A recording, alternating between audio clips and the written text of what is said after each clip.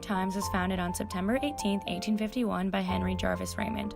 It was originally called the New York Daily Times. Raymond's goal was to publish a newspaper that was independent from political preference, which was a stark contrast from the previous era of purely partisan newspapers. Views that were both conservative and liberal would be represented in his paper because his goal was to serve the public, not a political party. In the first publication of the newspaper, Raymond declared, "We shall be conservative in all cases where we think conservatism is essential to the public good, and we shall be radical in everything which may seem to us to require radical treatment and radical reform. We do not believe that everything in society is exactly right or exactly wrong." The first big controversy Raymond and his reporters faced was the election of President Lincoln, a Republican who opposed slavery. On October 11, 1860, the New York Times wrote an article endorsing him. They gave a brief description of who he was, gave an analysis of his policies, and explained how his supporters and opponents differed. They made it clear that he was pro-slavery but gave a realistic prediction about what his presidency would mean for the United States.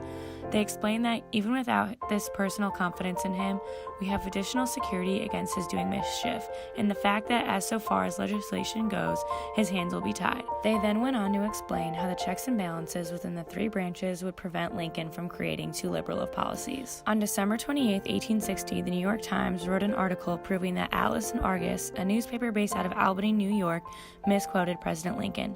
The newspaper printed a speech and accredited Lincoln as the one who said it, but the New York Times proved that it was absolute forgery and provided concrete evidence proving that it could not have been President Lincoln that made the statements. Those reporters had a genuine commitment to the truth and knew it was their job to present the facts to the public. The most controversial election that current New York Times reporters had to cover was the election of President Trump in 2016. Both Donald Trump and Hillary Clinton had their fair share of controversies while running for office, but there was a slight difference between how the New York Times reported on them. Trump gained media attention for making racist and sexist comments that many found offensive and divisive. Meanwhile, Clinton was being investigated for her use of a private email server while she served as Secretary of State under President Obama. Though the facts given in the New York Times articles were correct, there was a difference in the language describing the events.